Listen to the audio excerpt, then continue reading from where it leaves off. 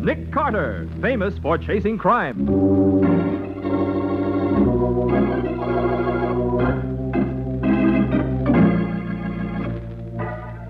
Every week at this time, two great names are joined, as brings you one of the most resourceful and daring characters in all detective fiction, Nick Carter, Master Detective.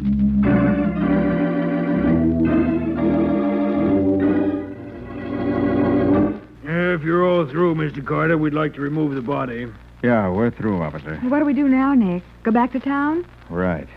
Oh, and when we get there, Patsy, remind me to call the newspapers. The newspapers? Why? Because you can locate all sorts of things through a newspaper ad. And maybe if we advertise, we can locate a murderer.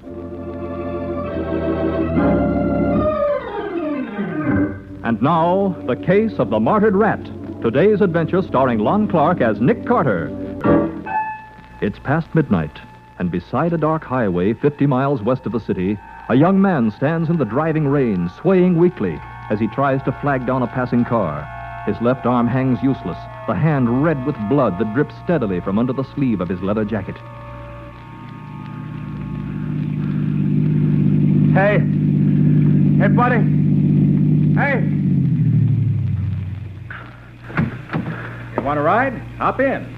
Gee, I thought there wasn't anybody ever going to stop. Oh, Nicky's hurt. Look at his hand. Hey, let me help you. What's the matter, fella? You've been in a wreck? We'll get you to a doctor right away. Oh, no. Never mind the doc. Get me to the nearest police station. Police? What happened? Were you held up? Yeah, 3 guys. They hijacked my truck.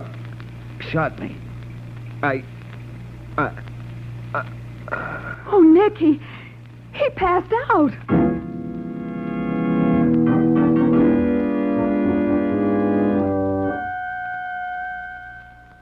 Hello? Is this Mr. Henry Barton of the Barton Motor Freight Company? Yes. Who are you? My name's Carter, Mr. Barton. I'm speaking for one of your drivers, Red Kennedy. What? Is Red in trouble? Yeah, he asked me to let you know that his truck was hijacked tonight 10 miles west of Elm City. Good heavens. That truck was carrying a load worth almost $30,000. How about Red? Is he all right? He's been shot, but it's only a flesh wound. The doctor says he's in pretty good shape. You tell that doctor that I want Red to have the best of everything. What did you say your name was? Carter, Nick Carter. Oh, you're a detective, aren't you? Well, yes, I'm a private investigator. All right, then, go to work. Find out who held up my truck. Get that cargo back. Report to me tomorrow afternoon. Now, wait a minute. I haven't said I'd take this case. I'm asking you, ain't I? How about it? Okay, I'll do it. For Red's sake. I don't like seeing people hijacked. Fine. See you in my office at 2 o'clock sharp. Good night.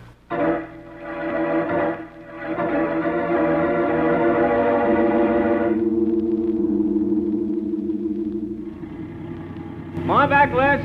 You're okay. Easy now. Hold it. That's it. Hey, Red, what the dickens are you doing back on the job today? Oh, hi, Miss Carter. Good afternoon, Miss Bowen. Well, how's the arm, Red? It's okay. Well, you can't drive with it, can you? I'm no driver, lady. I'm the superintendent. Last night was an emergency. Oh. Hey, Red, shall I check the load on this crate? Yeah. Oh, Les, I want you to meet Mr. Carter and Miss Bowen. This is Les Gone. Well, how do you do? Hello, I Les. do. This is a guy that ought to have this hole in his arm instead of me. That was supposed to be his run last night. Oh, how come it wasn't? Well, I was sick, and the boss asked Red to take over for me. I see. Lucky for you. Yeah. Come on, folks. I'll take you to the boss's office. He's waiting for you.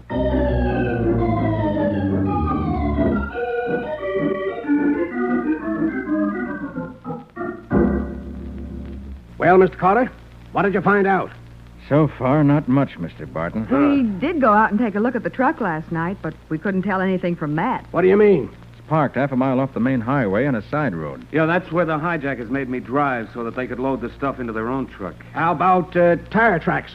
Don't you detectives locate criminals, things like that? Well, not unless there are tire tracks, Mr. Barton. You see, there's plenty of mud where the truck was parked, sort of red clay, but the rain had washed out any wheel marks there might have been. Mm-hmm. In other words, you haven't found out one blame thing. Now, see here, Mr. Barton, you can't expect miracles. Miracles? Heh.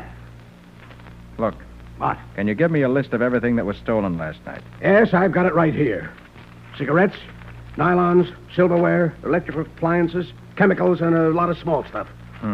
Most of those things could be easily disposed of. Yeah. Oh, by the way, Red, what about Les? Think he can drive tonight? Sure, Les is okay, Mr. Barton. Oh, is that the driver who was sick last night? Sick. He was drunk. Sent him back to Kittery's boarding house to sleep it off.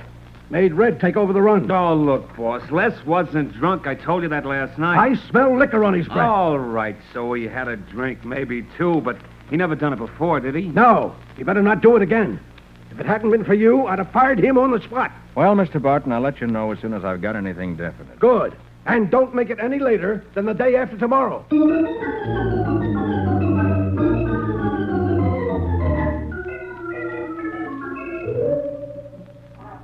But why bother starting the car, Nick? That truck's blocking the driveway. I know. We can't get out until someone moves it.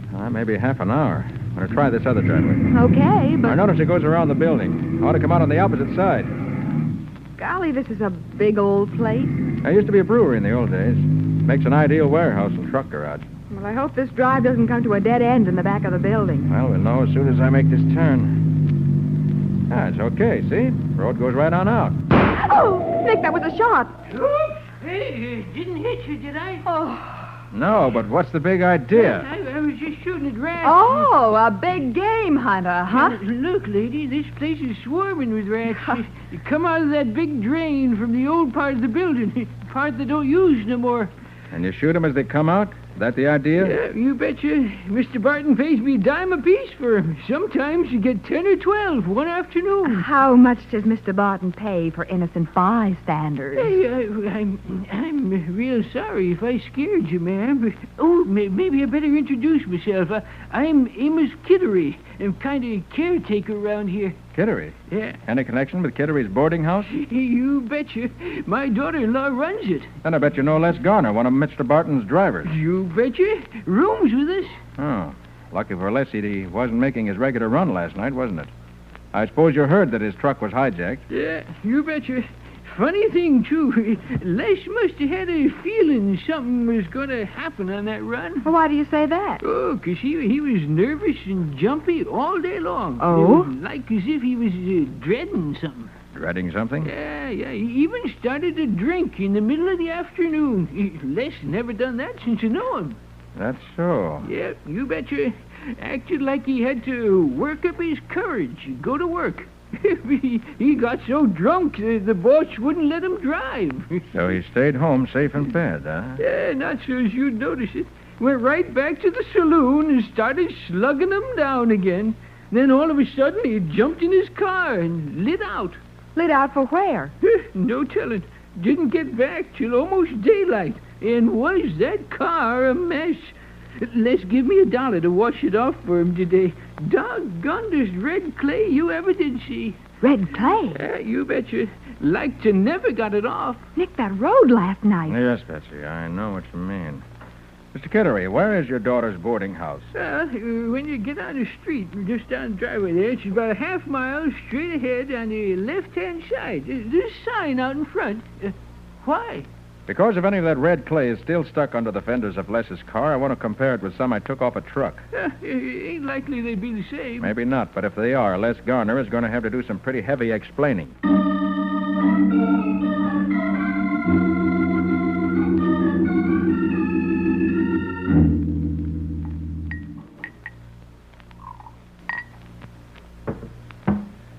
Well, Patsy, I'm afraid it's true. Finished your analysis, Nick? Yeah. Clay from the hijacked truck and that from Les Garner's car have exactly the same chemical composition. Oh, then they must have come from the same place. No question about it. But if Les was in on the holdup, Nick, do you think he faked being drunk in order to get out of driving? Look, Patsy, suppose Les was approached by the hijackers and agreed to let them know when he'd be carrying a valuable load. Yeah. Well, they might have arranged a fake holdup. Why, yes. That could account for his nervousness that day. Right.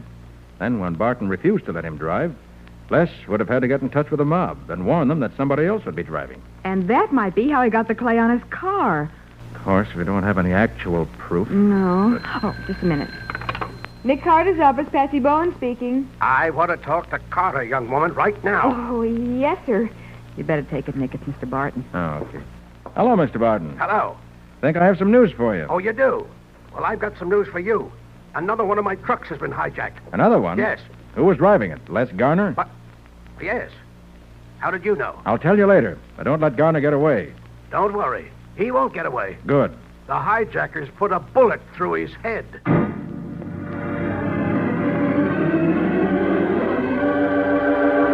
So Les Garner, the man Nick counted on to lead him to the hijackers, has been killed. We'll see what happens in just a moment.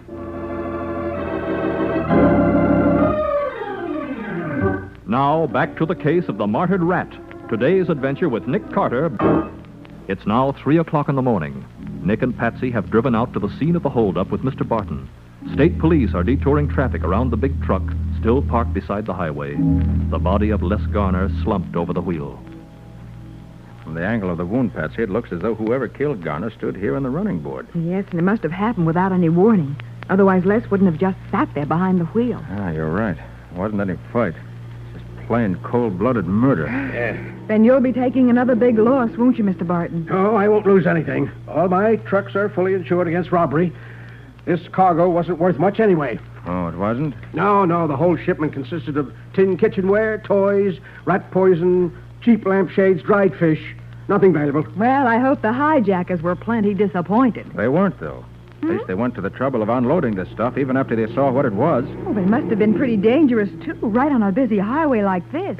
Maybe they took the truck off on a side road to unload it and then brought it back here. No, Mr. Barton. Les was killed here. The bloodstains show that his body hasn't been moved from behind the wheel. If you're all through, Mr. Carter, we'd like to take the body into town. Okay, officer, and thanks for your help. That's what we're here for, Mr. Carter. Okay, Doc, you can take over now. Oh, by the way, officer. Yeah? Exactly what time was the body found? Let me see. Got it down here. 12:45. 12:45? Yep. But you didn't notify Mr. Barton until after 1:30. That wasn't our fault, lady. We tried to phone him, but there wasn't any answer. Yeah, well, I my pinochle club met last night, and I didn't get home till after 1. Pinochle Club. Yeah, come on, let's get back to the car. Oh, that's a good idea. Hey, Mr. I'm Barton. getting cold. How long would it take to move the sort of load you had on this truck from one truck to another? At least half an hour. Why?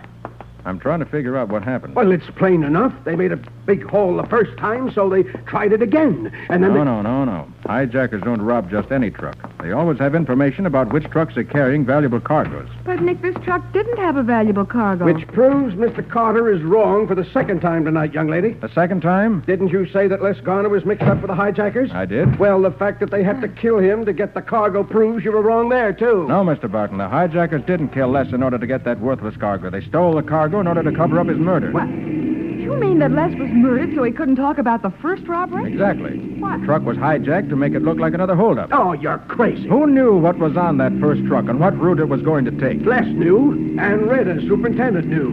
Even before he took over as driver. But that's all. Well, didn't anyone else know? Absolutely not. Not even you? What? Yes, of course, I knew. Oh, Patsy. When we get back to town, remind me to call the newspapers. Call the newspapers? But why, Nick? Because you can locate all sorts of things through a newspaper ad. And maybe, if we advertise, we can locate a murderer.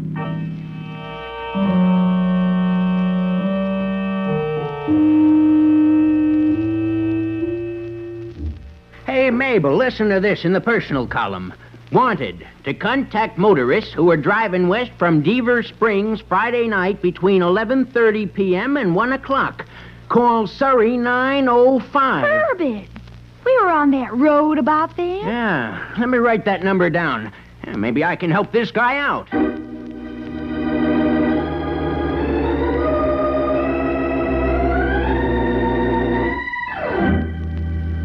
Yes, Mr. Hammond, I'm trying to get information about a trailer truck that was parked just beyond the top of the long hill 10 miles west of Deaver Springs Friday night. Barton motor freight truck? Yes. Did you see it? I'll say I did. I got stuck behind it at the bottom of the hill and had to go all the way up and low. That's why I remember the name. Well, do you remember what time that was, Mr. Hammond? Yes. As a matter of fact, I had the car radio on waiting for the 12:30 news. It started just as I went around him at the top of the hill. Was there another truck on the hill at the same time? No, just one other passenger car and me. We were both stuck behind the truck. You say there was another passenger car? Yeah, and you know there was something funny about that, too. What was that? Well, I stopped about a mile farther on because I thought I had a flat. Uh-huh. But neither the truck nor the other car ever did pass me. Well, maybe the car turned off on a side road. There aren't any on that stretch. Well, what sort of a car was it, do you know? No, it was behind me. All I could see was the headlights. Afterwards, Mabel and I wondered what happened to it. I think I know what happened to it, Mr. Hammond. In fact, with what you've told me, I think I know the answer to a lot of things.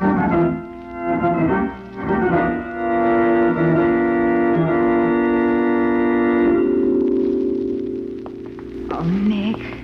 What's the idea of exploring the basement of this old warehouse? Oh, I thought it might be interesting to see what's down here in the unused part of it. Oh, but it's like a dungeon down here. I can... Nick, something ran across my foot. Yeah, probably a rat. A rat? Oh, dear. I thought we'd run into some rats. That's why I warned you to wear slacks in your heavy walking boots. Oh, but... Oh, honestly, this part of the building is alive with them. Oh. Here, let's see what's on the other side of this door. You seem to know exactly where you're going. Look where I threw the flashlight. See those marks in the dust? Oh, yes. Well, I'm following him. But if you asked Mr. Barton, he probably would have sent somebody along to clear the rats out of the way, at least. I didn't want Barton or anybody else to know we'd be snooping around this part of the building. Oh, here's another door. Do we go through that, too? Mm-hmm. Oh, golly, it's musty in here. Yeah. These must have been used for storage rooms when the place was a brewery. Oh, Nick, it's another rat. Look, Patsy, you insisted on coming along. No, but...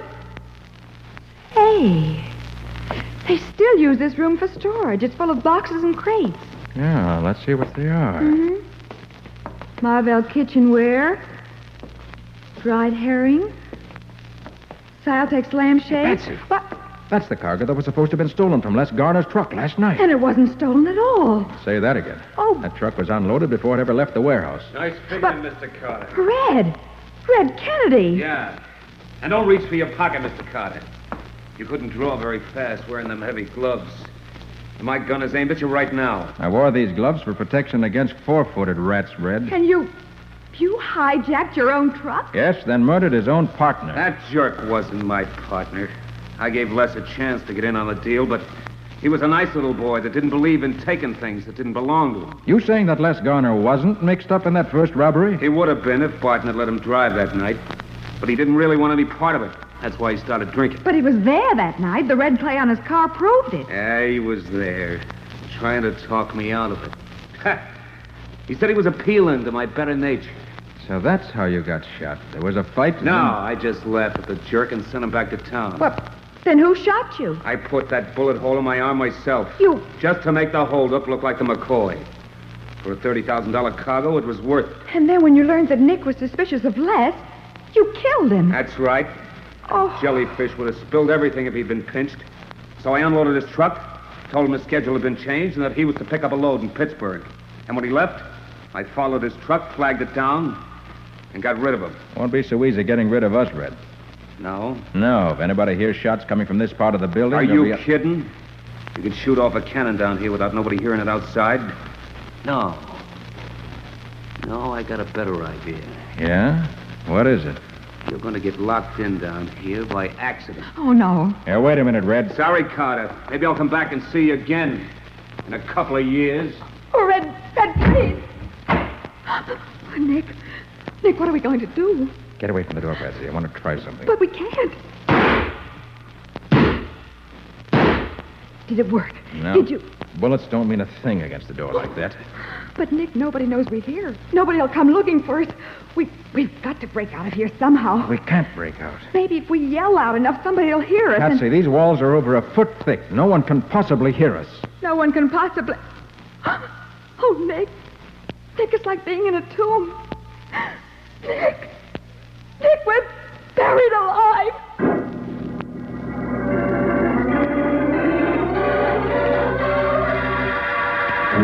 Locked in a forgotten basement room of the old brewery, unable to break out or make themselves heard, Nick and Patsy are faced with almost certain death. We'll see what happens in just a moment.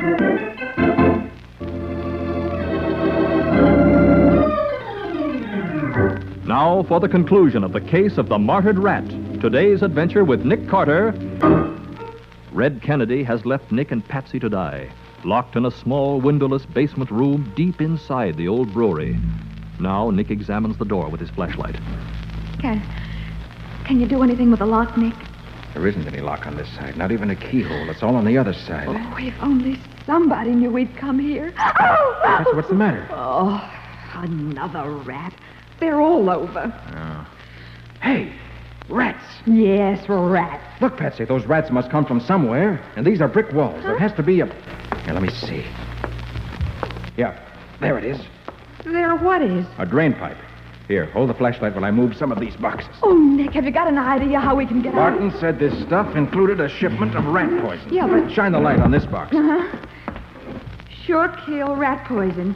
They die outside. Outside, Patsy, and the rats can get outside through the drain pipe. Oh, but what good does that do us? Look, when I was a kid, I used to make rabbit traps out of a box, a stick, and a piece of string. Yeah, but Nick... You prop the box up with a sting and tie the string to it. Then, when the rabbit goes under the box after the bait, you pull the string, and the box falls down on top of him. Well, I still don't Patsy, see. if we can get some of these rats into a trap, maybe they'll get us out of the trap we're in.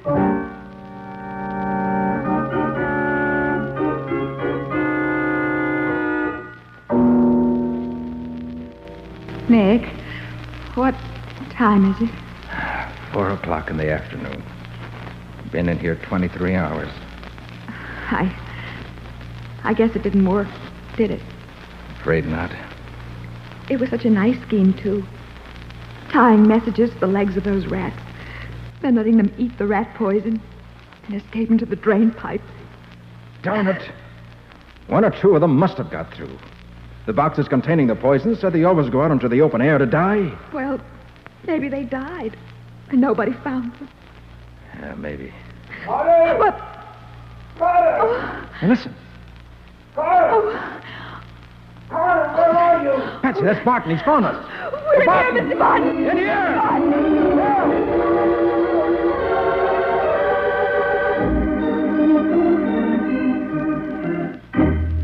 I tell you, Carter, when old Amos Kittery brought me that dead rat with a message tied to its leg, I thought he was crazy. I don't blame you, Mr. Barton.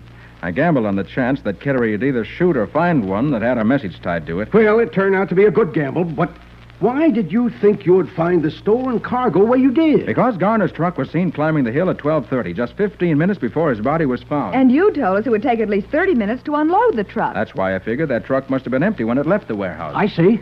Then when I heard about the car that followed Garner up the hill, but no farther, I was pretty sure the driver of it was the one who killed Garner. Why?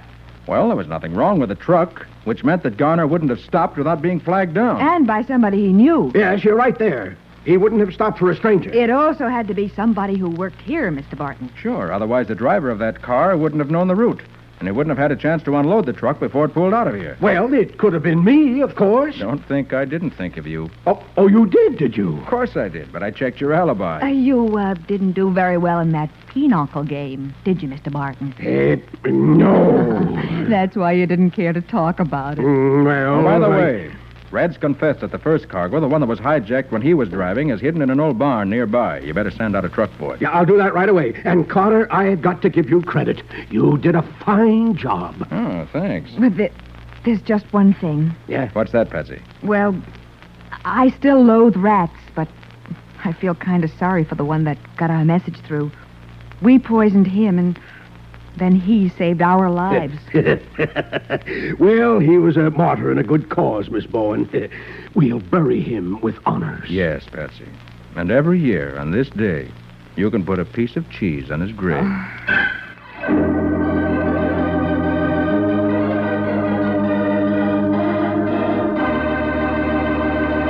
And now, Nick Carter, Master Detective. It is produced and directed by Jock McGregor. Charlotte Manson is featured as Patsy. Today's script was written by Jim Parsons. Original music is played by Henry Silverne. This is Michael Fitzmaurice.